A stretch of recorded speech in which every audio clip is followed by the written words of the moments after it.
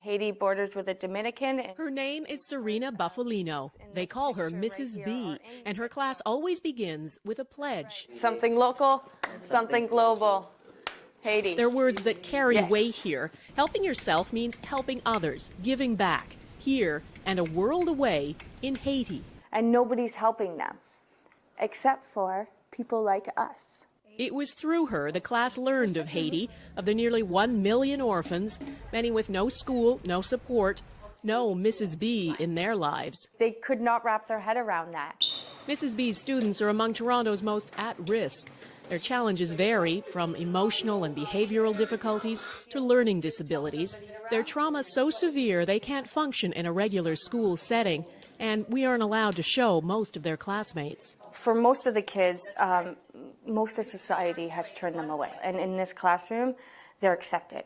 They're accepted no matter what for who they are. Take Yolanda. She came here last year so burdened and withdrawn, she would often fall silent, sometimes for days on end. It was, she says, Mrs. B's patience, her quiet encouragement, that saved her. She actually saves people's lives from dangers. And perhaps that's why these marginalized kids feel such a kinship with the orphans of Haiti, and why they were moved to act. And so when Yolanda and Jackie and Patrick said, well, Miss B, we need to build them a school. Build a school, no easy task. They started out raising money. They sold samosas, washed cars, screened movies, you name it. And in just a few months, this little class raised $20,000. So much, it's not just a one-room schoolhouse they can build, but a full 3-story school. And so Mrs. B set off on a journey she'd dreamed of, up into the dusty mountains above Port-au-Prince to a town called Canaan. It's home to thousands of earthquake refugees who live with no running water, no electricity, and no school, until now. The first step was a temporary school. It's up and running. 53 students already in uniform. The permanent school for 250 is growing from its foundations. It makes me want to cry because she just makes me feel so awed, and I'm very proud of her. All of this because of a handful of students back in Canada and Mrs. B, the teacher who believed in them. These are for you. At another fundraiser, a special tribute to the students, accepted by someone who, without Mrs. B, might not be here.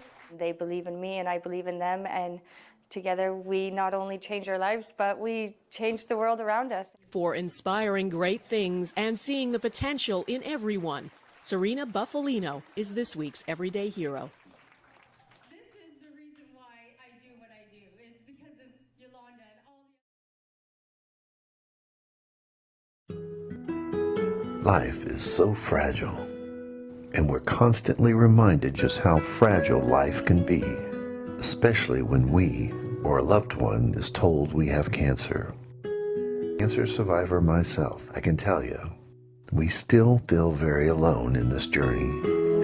There's a study that's been shown that patients who are socially isolated have a worse prognosis, have a worse outcome than patients who are socially interconnected. Buddies for Life is a non-profit cancer support group for those whose life has been impacted by cancer. We'll match you with the perfect buddy. Humor, hope, heart, and hugs. Humor, hope, heart, hugs, and a whole lot of love. We're offering you a free membership, so please sign up today. Share this with your friends and family, and support this community in every way you can. No one should face cancer alone. I am a chemo buddy for life. We are a Buddies Network. No one does cancer alone. Be a buddy. And we are all here for you as a community of love. We are chemo buddies for life. And if you've heard 3 words, you have cancer, for yourself or someone else, you belong with us at Chemo Buddies for Life. Healing through connections.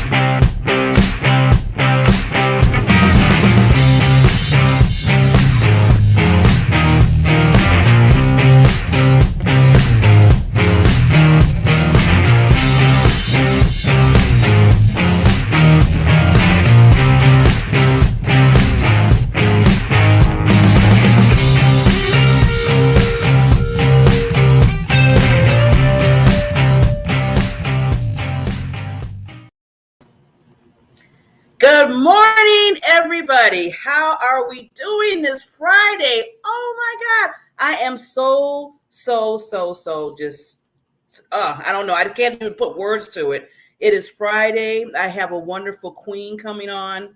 And, it's just another day that we can just say, you know what? We can plan. We can do some things. We can change some things up. We could, look at our to-do list, or I call it action plan list. Action plan list, and say, you know what? Okay, I got that done. I didn't get that done, but that's okay. That's okay. And I always tell people, don't stress. Just because you can't get something done on your checklist, don't stress. So I just have to say kudos to everybody that made it through the week, that you made it through your work week or your entrepreneur week or whatever you're doing. I know it's something that you're bringing impact to others. Hopefully you are. And a positive, let me put that there, a positive impact to others. So we have a good show today. We have like I said, we have a queen royalty coming in, Miss Linda, and I've been knowing her for a while. I'm just really happy to talk to her today. Like, a lot of people say, well, oh, you're going to interview somebody. I say, you know what? I don't call it interviewing. I call it having a nice conversation with royalty.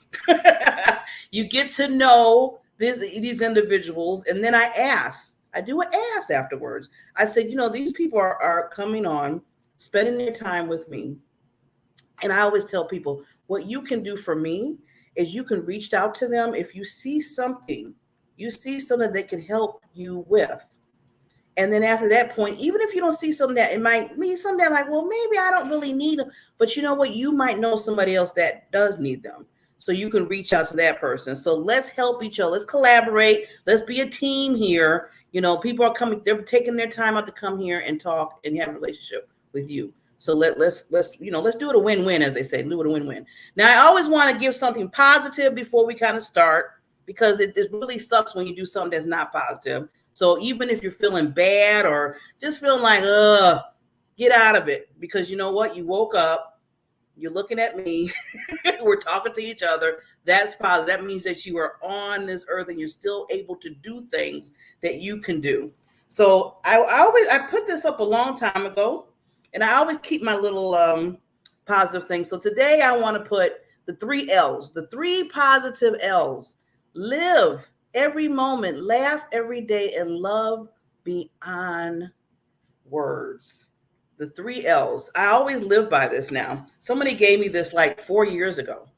And first I was thinking, I'm like, well, you don't think I live, laugh, and love? See how I already went down? At that point in time, I went down to negative already. But they're like, no, Barbara, no. We're just giving you a reminder. It's nice to have things around. And they're right, because now I keep a whole things of positive little things like this around my house, because it's nice to it's like those affirmations. You know how you say affirmation? Hopefully you're doing affirmations every morning, afternoon, and night. And this is something just like that. So I always look at this and I always remind myself, we got to live every moment, every second of the day, and then laugh.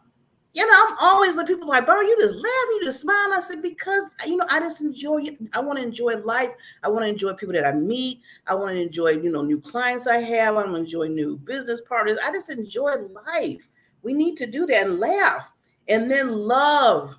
This world needs love right now. Very much so. Very much so. We need to heal. There's a lot of things going on. I don't even want to talk about the pandemic. We're not going to go there. But through all that, we still need to move forward and hear the love. We got to get the love. So enough about me, enough about what I'm saying. We're going to go straight to our wonderful queen. And this woman, we haven't talked in a little while, but I'm letting her know, because I'm open in saying things. I have been stalking her in a good way.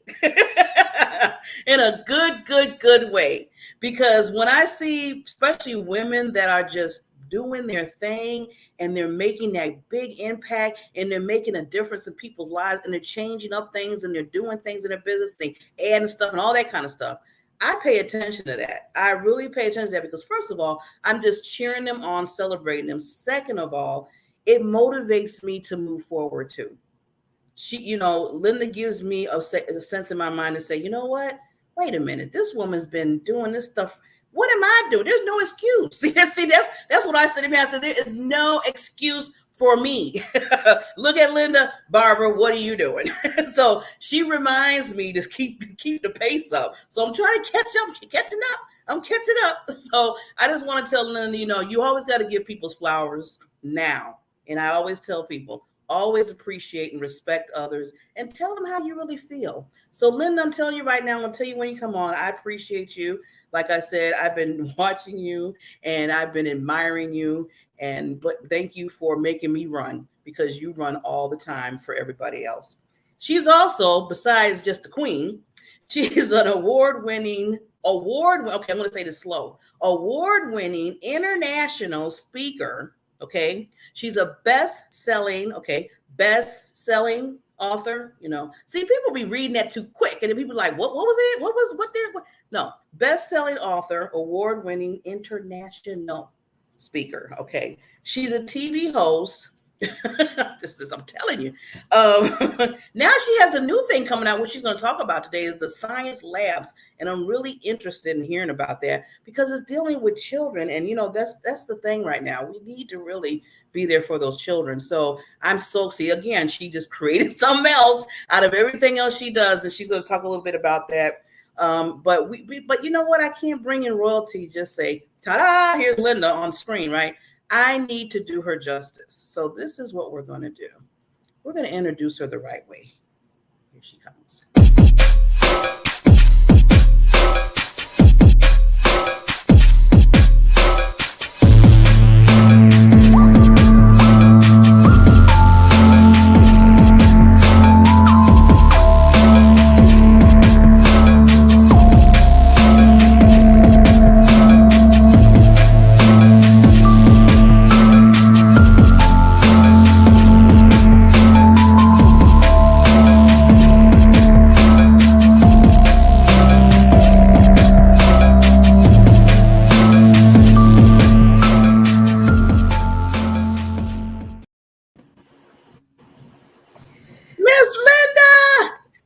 Hello, my diamond girl. It's so wonderful to be here. Oh my God. And I know we interviewed a few other times, but it's been too long. It's been too long. And then when I see you and that's what we'll talk about too, the comeback champ, that you're part of that as well, added on to all your other list of things. I said, yes, I see Linda again. We get the chance to talk. It was so exciting to see you on the Comeback Champion as well as Luana as well, because I know both of you, and it just was so exciting. My friend Barrett Matthews, who I met when we spoke in Cuba, he's the one who turned me on to Che. So it's like, all these interconnections, it's just so amazing. Yes, it is. It's funny, Linda, how you meet people. I mean, like you say, and all of a sudden it's like, okay, I met this person and met this person. Then all of a sudden I see people that I worked with before. And it's like, wow, we're all together. But see, that just tells you how the positive, of people come together. And that's what we are. It's kind of like we're a tribe. And we all work together because we're all, have that good mindset. So yeah, because I think I met Shay. It's funny because it's going to be my third time being in his comeback conference. And I met him through Kern Cherry. And she's another lady that does a lot of events. So she brought him on as a speaker to talk to us as speakers. And then next thing you know, he said, oh, by the way, I got a comeback champ conference. Anybody want to be a part of it? And I'm like. And I raised my hand too. So it was like, because I met him, he spoke at a Barrett Matthews event. And then I got on his mailing list and he sent me an invitation to the Comeback Champions. And I'm like, oh, this sounds interesting. Because aren't we all comeback champions? Yes, Linda, yes. Especially in the pandemic. You see so many people who have, they're sitting on the sidelines waiting for it to end. And then you have those people that are thriving through this, that their business, they're using their creativity. They're taking their business to another level. They're doing things that they hadn't done before, or they see an opportunity that has come up because you see how people are hurting and how you can help them. So it's sort of like we're all evolving. I, Hmm. I I don't use the word pivot anymore. It kind of Yeah, I wore out know. on me. I know. I, It's kind of worth it. evolution is a much better word, Yeah. because evolution just has such a positive ring to it. And I like that really, evolution. Mhm. and so that's where we are. We're all evolving. And Yeah. it's like you know it's like we've been in the locker room at halftime, and we've gotten a pep talk, and it's like, okay, I got to go out there and win. The second half of the game is about to begin. And and then you have other people sitting on the sidelines that are just sitting there Yeah. waiting, waiting for Godot, as I call it. And every time I hear that, Linda, because I say that too about the people on the sidelines, I just put my head down and just shake my head real slow. I'm like, no, no, no. You shouldn't be doing that. This is the opportunity. And see, Lynn, I'm loving everything that you said already about the opportunity. You're looking at, how some people look at, like you said, is, well, this pandemic, I got to just, it's just what it is. But then we're thriving, like you said, and evolving. I love that. To Well, look at different ways of doing entrepreneurs by our things. nature, Yeah, we're we do that. problem solvers, and Yes. we anticipate problems before they happen. Hmm. I just interviewed a woman this week on my TV show, and she invented glovies for kids. They're little Oh, disposable gloves for kids. But yeah. 3 years ago in her business plan, she had face masks for kids before the pandemic ever Oh, happened. see So that? she had everything in place to launch a face mask line that Uh-huh. goes with her glovies, because it's all about keeping kids safe. Save, And so yes. it's like entrepreneurs are always thinking, Yeah. we're always seeing things and seeing, okay, this could happen, or this is a problem. How can we make it better? How can we resolve it? How can we make it easier for people to get through it? And Yeah. everything I do is tied into that problem solving. So, Well, see, I know it's funny because you're going right into what I was going to say. You're going right into what you do. So Linda, please tell me before you go to there, because I always one thing I like to ask the people that I have conversations with, I say, and get to know them better is, I always tell people you never start off as this award-winning, I mean, international speaker and and the best-selling everything. You didn't start off with that. You start off somewhere else before you got to that. So can you just take us a little journey, this little backstory of how you got to this point? well, the backstory is really kind of funny. I was a pharmaceutical rep for 22 years. And almost to the day of my 22nd anniversary, I was summoned to this room that was cold and brightly lit and just stark. And my manager and the vice president of sales are sitting there looking at their folders, and Mhm. and they like direct me to sit down. I sit down and I'm looking at the water pitcher sweating on the table, and Mhm. like they wanted me to sweat, but I knew why I was there. I Oh, had turned 60, and every person that had turned 60 in the company had received an invitation to retire. oh, So that was why I was there. So they laid it out. They gave me this option of this wonderful severance package and all this stuff. Or if I decided to stay, they were going to make my life hell for the uh, next 6 months, and I would leave with nothing. I wisely chose column A. yeah. And, I said thank you, and I walked out of the room, closed the door behind me, and practically danced to the car, because I was finally free of corporate, of working for somebody else's dream. I know, I And know. it was like, okay, but now what? What do I do now? And it was really about uncovering what my why was. And your Hmm. why should make you cry. The Oh, why in your love life that. should be the driving force behind everything you do. And when you find that why, and it's not, I want to make $1 million. That's not a why. That's a goal. Your Mm-hmm. why is, what is the impact you want to have in the world? What is the evidence that you were ever here? What is your legacy?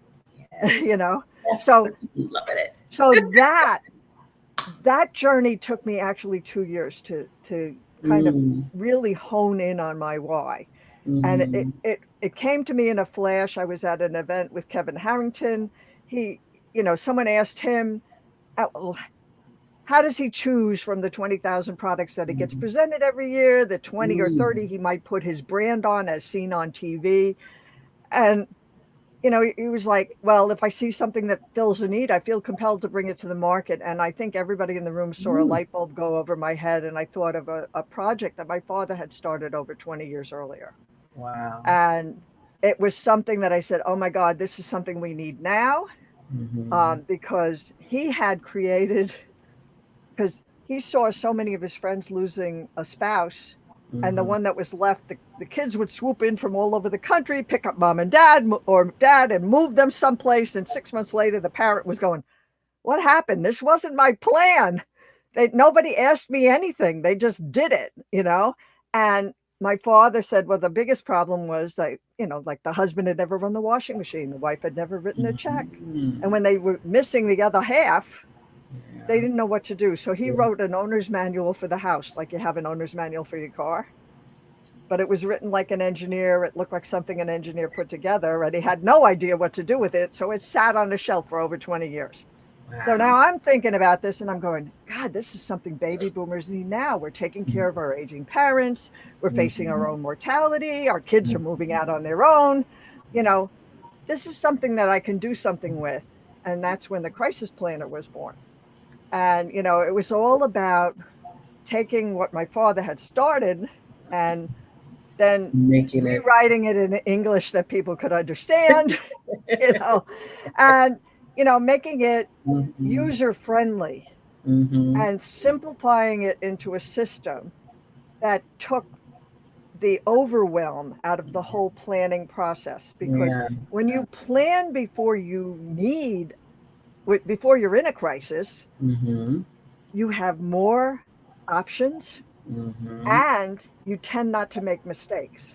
Because, we all remember the Poseidon adventure when the chaplain was leading everybody to what was supposed to be the top of the ship, but the top of the ship was down. He was going in the wrong direction in the panic, right? So that's what happens to us in a panic. One of the things they say that when there's gunshots, people run to the gunshots. Like 80% of the people run towards the gunfire. I mean, what are they thinking? It's funny you said that, Linda, because I thought about that. What you just said, I'm like, why do they do that? I don't know. I took a little way. That would be my initial. But for some reason, 80% of the people run in the wrong direction. And it's because they're in a panic, and the crowd starts moving in one direction, and everybody kind of follows the crowd. But in a crisis, that's when you need to have an idea of what to do. I mean, when my husband passed away, he had been sick for, he'd been disabled for 8 years. And I was his caregiver. And the last 3 years he was on hemodialysis. We did home hemodialysis, 5 hours a night, 5 nights a week. It was quite interesting. But, those 5 hours were so special because we spent that time together talking and just laughing. And, you said that live, laugh, and love. That time, that quality time was so important. Yes. And, yes, it was stressful. And, I'm certainly not a nurse, and that was not something I was ever expecting to have to do, but it was a labor of love. And it was, it really, but we had everything planned. So when he passed away, he had every detail of his funeral planned.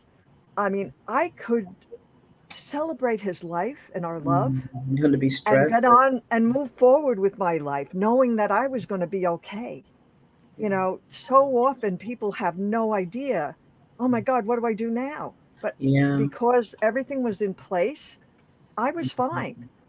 And, yes, I had to go through a grieving process. We all do, but it did make it easier. And when you have a plan in place, it does 3 things. It helps you recover faster. Yes. It avoids family conflicts, which we all want to avoid at all costs. How many times have you seen brothers or sisters never talk to one another again after Crazy. mom's funeral, or you pulled the plug on mom, those kind of things. And Yes. because somebody has to make a decision, and no matter who makes the decision, you're the wrong person, Yeah, either And way, so, it's gonna be. You might as well say it's the and wrong. no parent would want their children to stop talking to each other. Yeah. That is the heartbreak that a parent has. They want their children to still be together and support each other and love each other. And when that happens, that's horrible. And then it also controls the chaos. Yeah. So when you control chaos, you reduce the stress and allows you to heal. So that's what the crisis planner does. I have all kinds of tools and resources that really make the planning process easy. Yeah. Because it's 4 simple steps. What do I already have? What am I missing? Fill in the blanks, and then organize it so it's all together and you're not sending your family on a scavenger hunt without a list, which is like the worst thing you could do. I think one of the saddest stories I have is a family whose father had Alzheimer's, and they spent down all his money taking care of him at home, with home care. And finally, he had progressed where he had to go into a nursing home. The nursing home says, well, you have to sign over the house to pay for the $15,000 a month nursing home bill. So they did that for Medicaid, and he passed away a couple months later.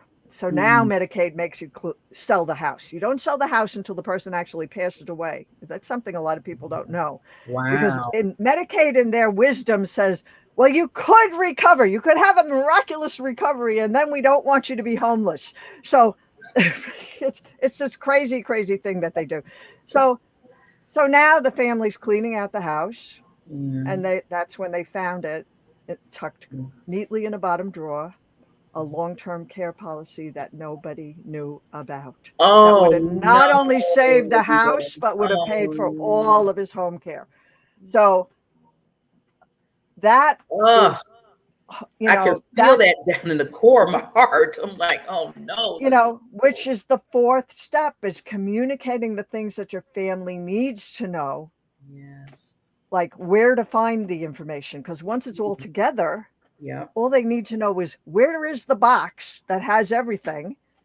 And they don't need to know exactly what's in it, but they need to know where to find it.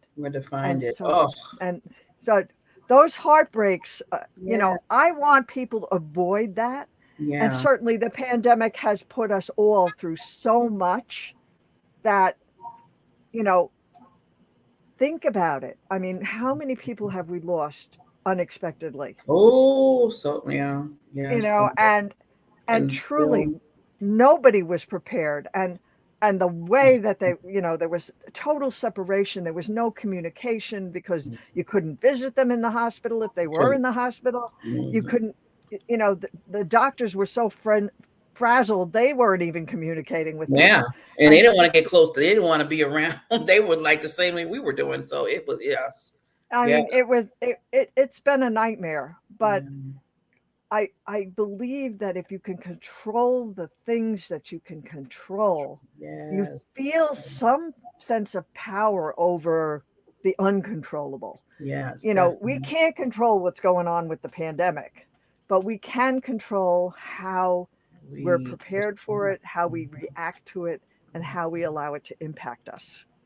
So, so for me, the first 6 weeks were devastating. I was like depressed. I was binge watching on TV and eating popcorn at 2 p.m. and junk food all day.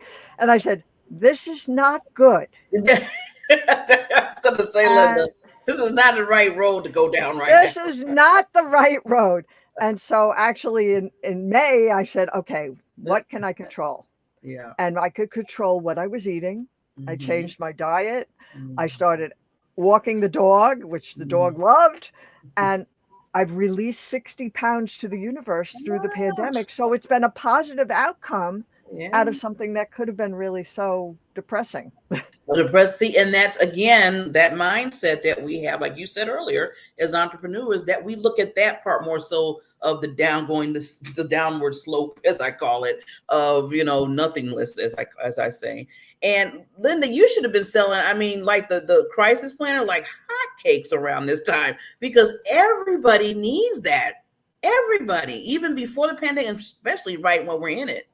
Right. And, but people are still, it's still, everybody knows it's important to plan.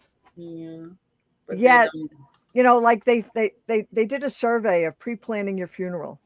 95% of the people said, yes, it's a good idea to pre-plan the funeral. Yet only 5% actually do it. Because it's important. It's not urgent. Urgent always gets taken care of. Important is something a lot of people put off. So, and I mean, important gives you, when you take something like planning and you make it a priority, it gives you a lot more control. And talk about control. When my grandmother, she pre-planned her funeral. Now my grandmother was the oldest of 13.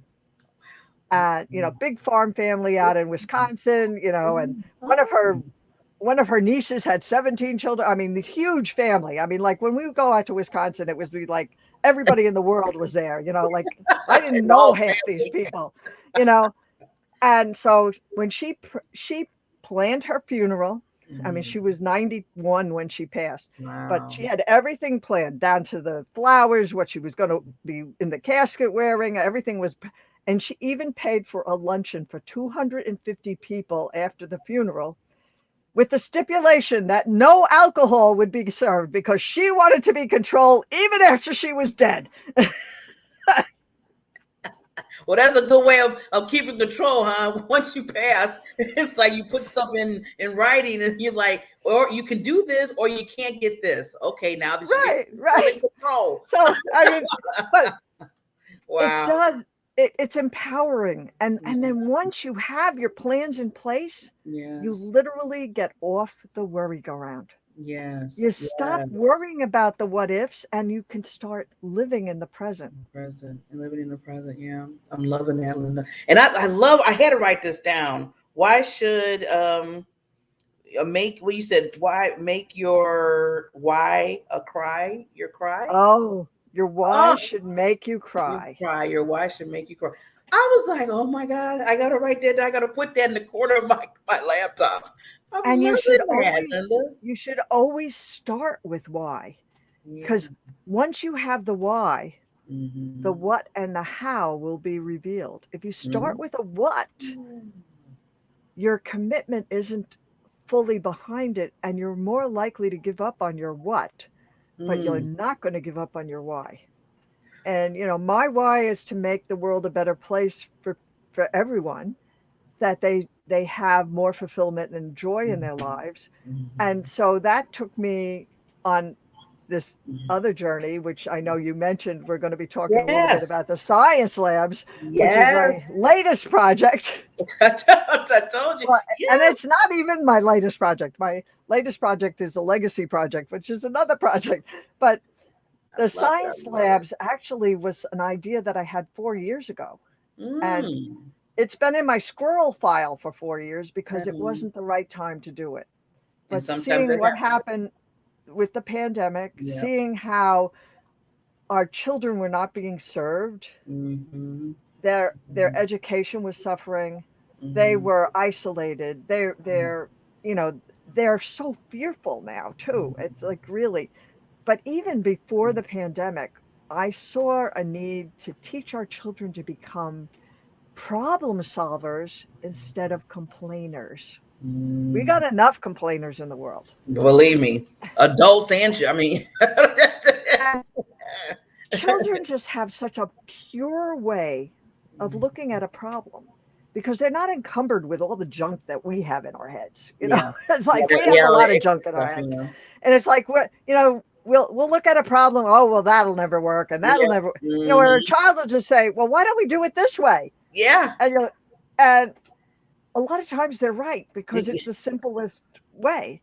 So we want to encourage them to use their imagination and the natural curiosity that a child has. I mean, the number one question a 3-year-old asks is why?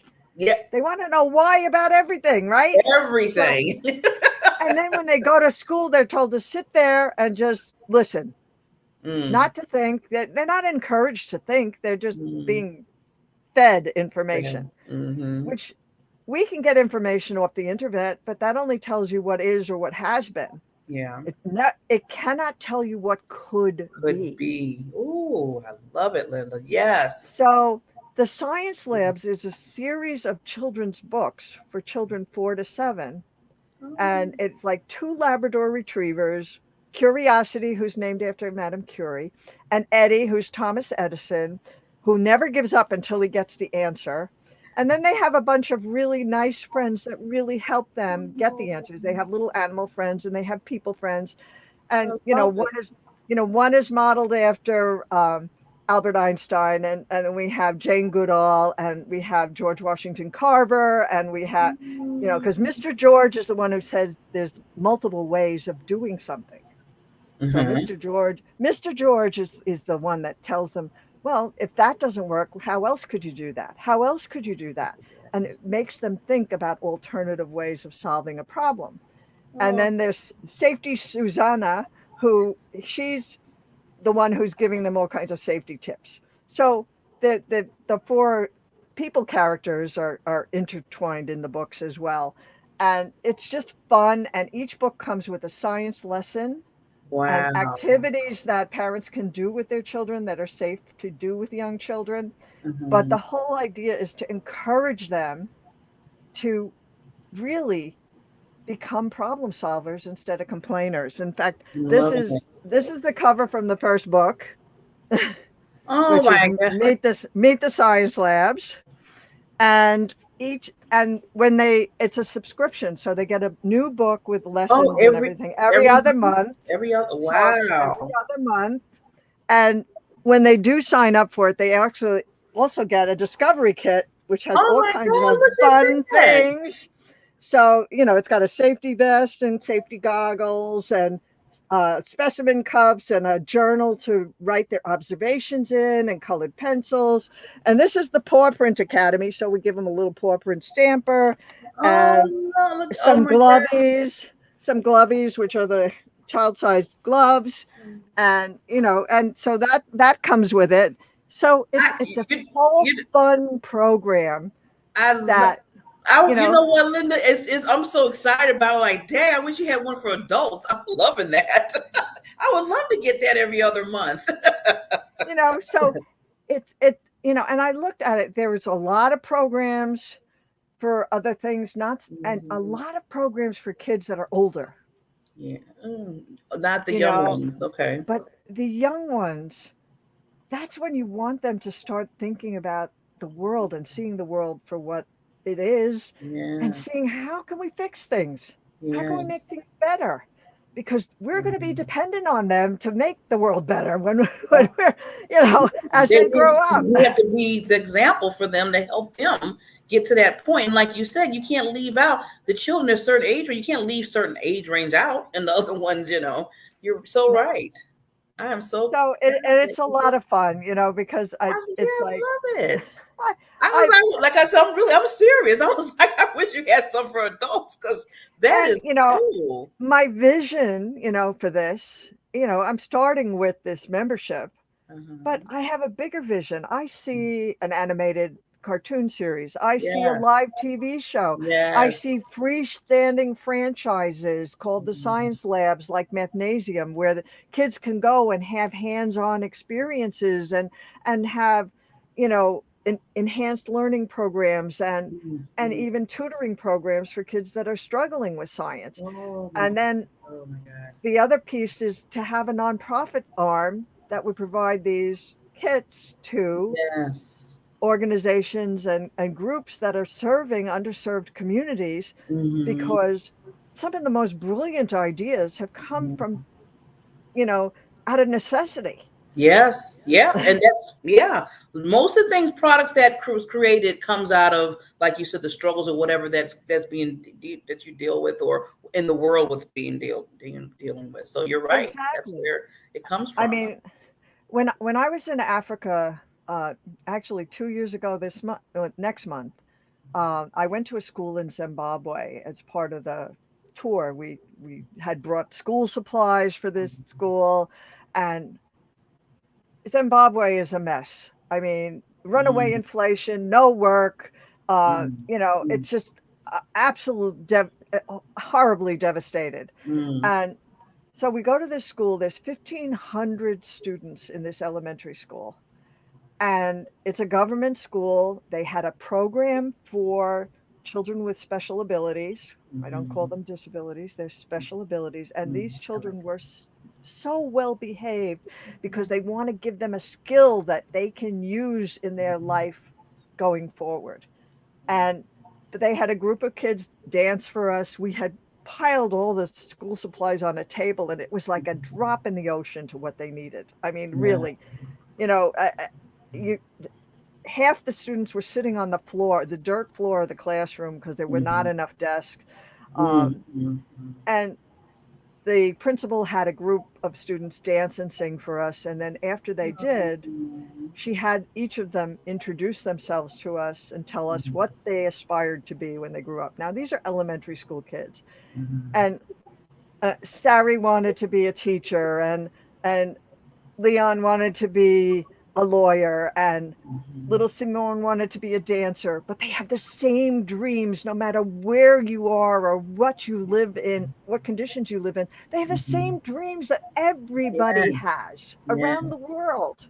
Yes. So being able to do something that's going to have an impact worldwide, that's my why. That does make me cry. And half the time when I do this presentation, the tears are rolling down my face because I'm so passionate about making a difference. So, and that's one thing I love about you so much, Linda. And even when we first met, your heart just shines for everyone. I mean, you are just like that breath of fresh air that because you can be around people, you kind of like, okay, hi, how you doing, and then you get to you, and you're just like, you can just feel that love that you have, that, like you said, you want to help, you want to be there for people, and you're so sincere about it. So I have to just tell you that and commend you for that, because not a lot of people out there are like that. A lot of people are like, either I got to get the money, or I got to get this, or okay, I won't do this, because you just flow, and that's why things come to you so quickly. Because you do have that. The other thing is, when you come to a certain point in your life, you do get more contemplative. I mean, until I was 60, I worked corporate jobs, and it was about keeping a roof over my head and meeting their goals and their objectives and working for their dreams. But when this last 10 years, because I just turned 70. Oh my God, you don't look those 70. You look wonderful. Go ahead. It's about, you start thinking about, what is the evidence that I was ever here? I don't have any children, So, I mean, people with children, they have children and grandchildren, but that's part of their legacy. But what is the legacy of your mission in life? Are you able to pass that on? So that's been a real focus of mine.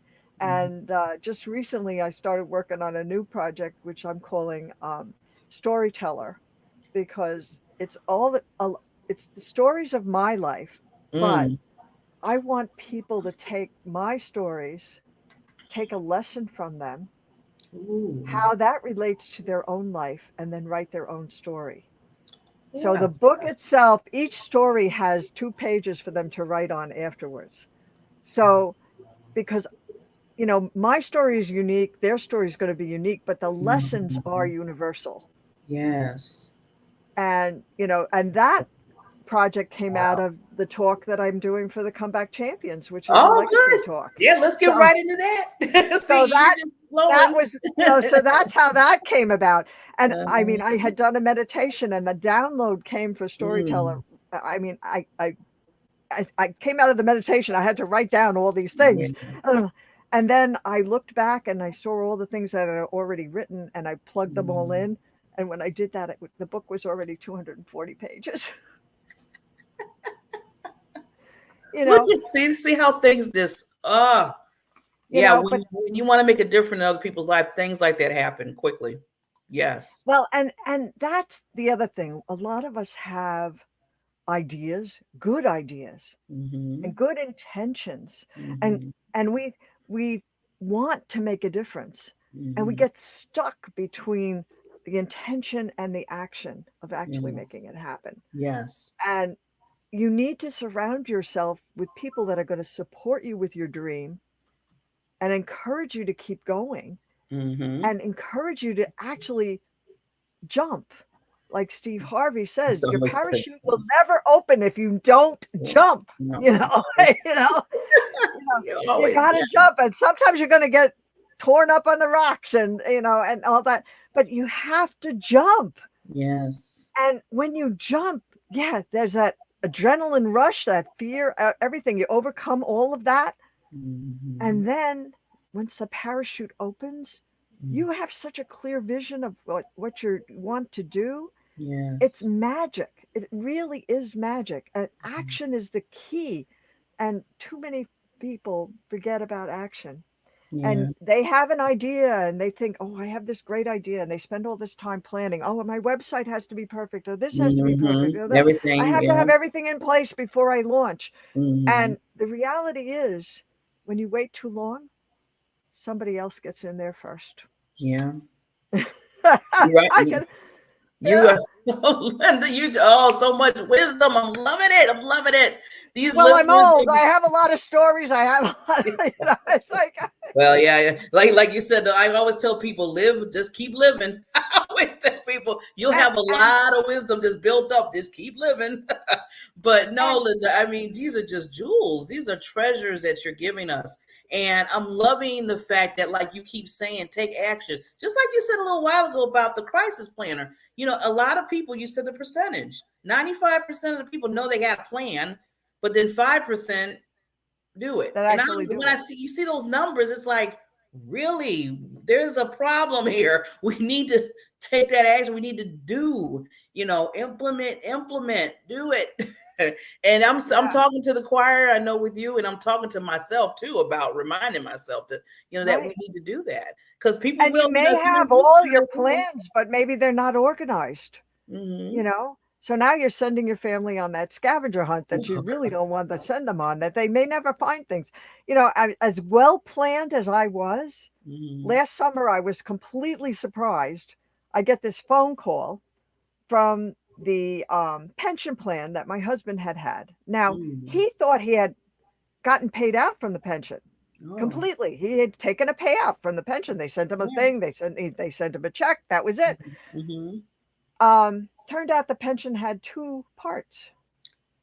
We only Oh, got half the payout, and so it was almost 4 years of back payout that I got. you got a, oh my God, you got a And blessing. that was even as well planned as we were. There was still something we didn't know. Wow. So those are the kind. Well, that's a good surprise, though. It was a very nice surprise in the middle of the pandemic. I can tell you, it really helped. It's like, this came right on time. That was when in the middle I was doing the Deepak Chopra's Abundance Challenge, and that came through then. And I was walking the dog one day, and $100 bill floated down out of the sky. I was like, okay, Love it. Love it. See how things open yourself to be open receiving, yourself to be. Yes, that's what I was about to and say, Linda. That's what I was about to say. understand that giving and receiving are the yin and yang of life. Too many of us are givers. We give, give, give, give, give, and we Yeah. don't know how to receive. And that's something I've only learned recently, is how to receive. Yeah. And I once you have a learn problem how to with people. receive, givers have a hard time receiving. We're I, used I, to I have giving. to admit, Linda, I have a hard time with receiving. I give because I just, like you said, with us, that's what we do. And then when somebody tries to give back, I'd be like, no, that's okay. They're like, here. It's like they have to push.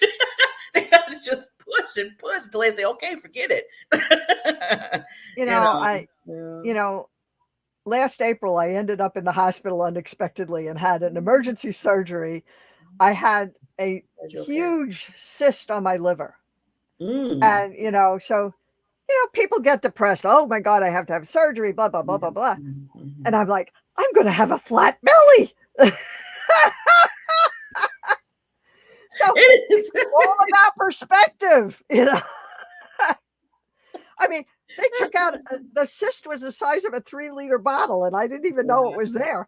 I mean, it was Ooh. like, so it was like, oh And they my had to take. goodness. So I'm like, I have this nice flat belly now. It's very nice. You know? Shoot, maybe I need to go to the doctor and see what's going on. They might find something so I can get my belly flat too. There you go. You know, but it's all about how you frame things. Yes, it And we is. can reframe the events of our life in a positive Mhm. way or Yeah. in the negative way. In a negative, and it's up to you. Got to make that decision. And like you said before, because a lot of things you said that was awesome, but like you said before, you can only control things that you can control. If you can't control it, why sit there and put that real estate in your head of, oh, I can't, and no, let it go. Let it go. You could be thinking of some other things to be doing besides something that you can't control. That's what I tell people. Exactly. I mean, and there are, I have always subscribed to this 2 types of worry. You worry about things you can control and things you can't. And if you can't control it, just let it go because it's wasted energy. If you can control it, do something about it. Just do it. See, And I think we made things. yeah, don't make it complicated. Just do it, I'm laughing, Linda, because it's so simple and we make it so difficult. We do. We go around the whole everything, and then I just see you standing there like, just do it. What are you doing? Well, you just want to tell somebody, what are you at the doing? last iLive that Women's Prosperity Network had, I sat at a table with this woman that I've sat at tables with for 3 years, listening to her. She has this brilliant business concept. She's got brilliant wisdom to share. And, well, I haven't launched yet because my website isn't. I haven't launched yet because of this. I need to write my book. I need to have this. I need to have that. And I had been listening to this for 3 years. And I think I snapped. And I was like, just do it. You're brilliant. Your people need to hear what you have to say. Just do it. Just get started. Your website doesn't even have to be, nobody's going to look at your website. Don't worry about it. And afterwards I felt, oh my God, I pushed too hard. And I felt guilty because I was like, oh God, I yelled at her. I felt like I yelled at her. A week later, she's on a mastermind call for the coaching program that we were both part of. She had already done her first Facebook Live. She had signed up to do a podcast. She all of this stuff. And she said, thank you, Linda. You gave me the push I needed. And I'm like, oh God, I didn't kill her. I felt like I pushed her off the cliff and she didn't have her parachute ready, but no. So sometimes you have to do that little, and now all of those pieces have come together. into place. Yeah, wow. And she's sharing her wisdom, and she's, and helping others. Yeah. And helping others, which is what she wanted to do. Yeah. But for 3 years she was stuck. Sometimes we stand in the way of our own accomplishments because we're so busy. Like you said, somebody had to tell me a few years ago. They said, Barbara, I was like, well, I want to get this done, but it's not right. Just like you were saying about the website, all that kind of stuff. And they were like, Barbara, people don't worry about that website right now. You just need to do it. They said, build the plane as you go. Just keep them. So when they told me that, I was like, okay, you should. They said, do it, just like you said, the lady. And then I started doing it, and I see things coming. Well, and I've watched you blossom. Yeah. I mean, in the years that I've known you, in the years that I've known you, you have grown and blossomed, and you are sharing your wisdom with so many other people, and helping them change their lives for the better. Thank you. So that's what we do. That's our mission. That's our heart. Yeah, that's the why. That's the why that you said. That's the why. Yeah. Because it's like we've been given some gifts, but if we don't help other people unwrap their gifts, we're not serving at the highest level. And everybody has a special gift. And all it takes is one person to see that gift in you, and the world opens up. A year ago, I was in Atlanta. Oh, 2 weeks after the riots at the CNN Center. Oh, The building was boarded up. All the glass was broken. wow. I was at a Clint Arthur event, and one of the speakers was Evander Holyfield, Oh. and absolutely, his story is absolutely amazing. You know, he was the youngest of 8 children, and his brothers and sisters beat him up all the time. And and he belonged to this athletic club, and this coach saw something in him, a fire, and said, I want to train you to be a boxer. All right. His first thing that he said, well, I have to ask Mama.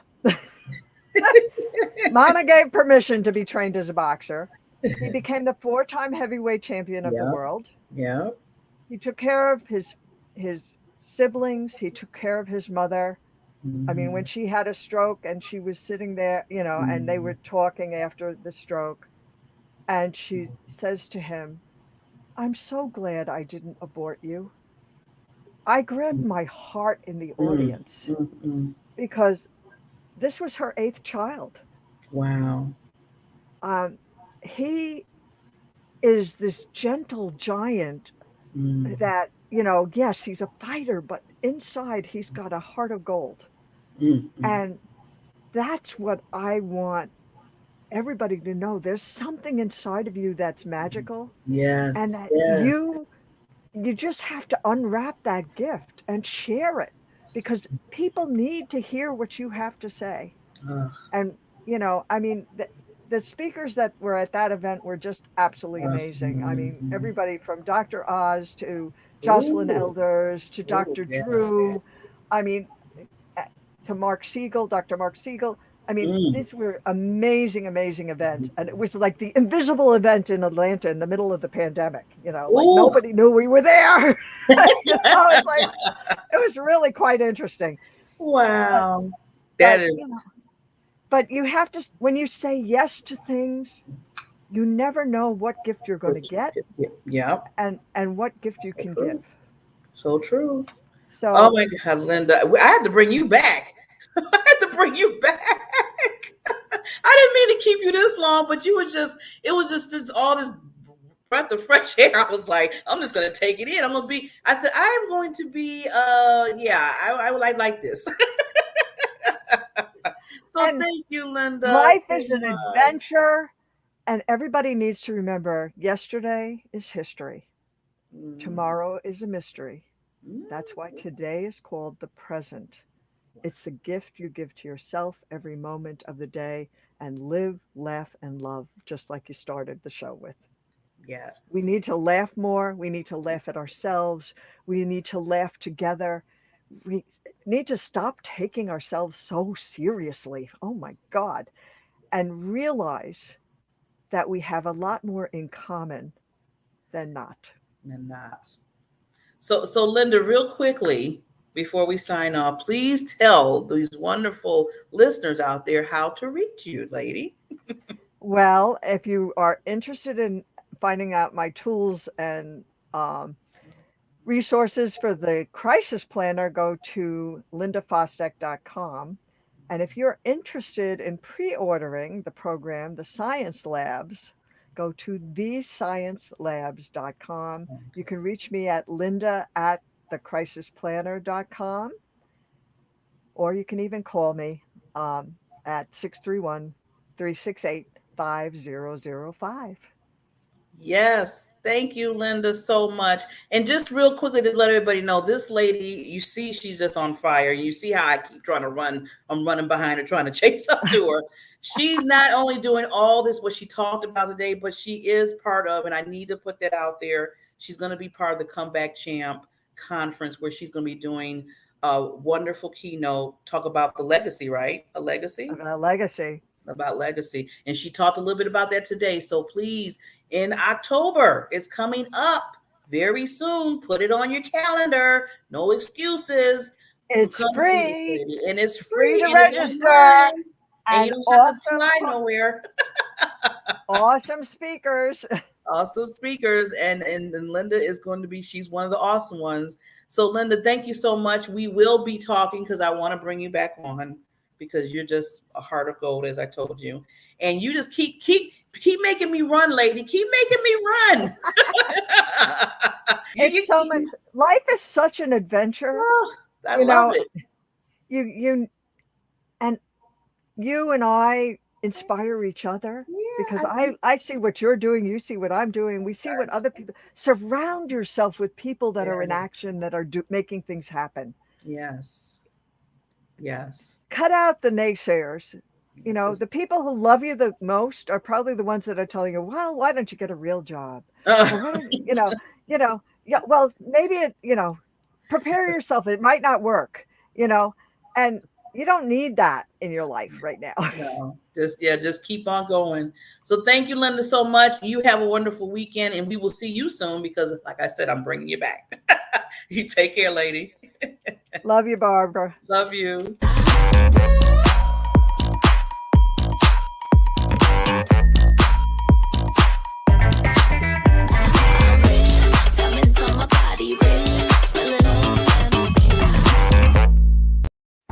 I'm hanging on your every word, the love inside, I feel it burn. I've never felt this way before. I've had a taste.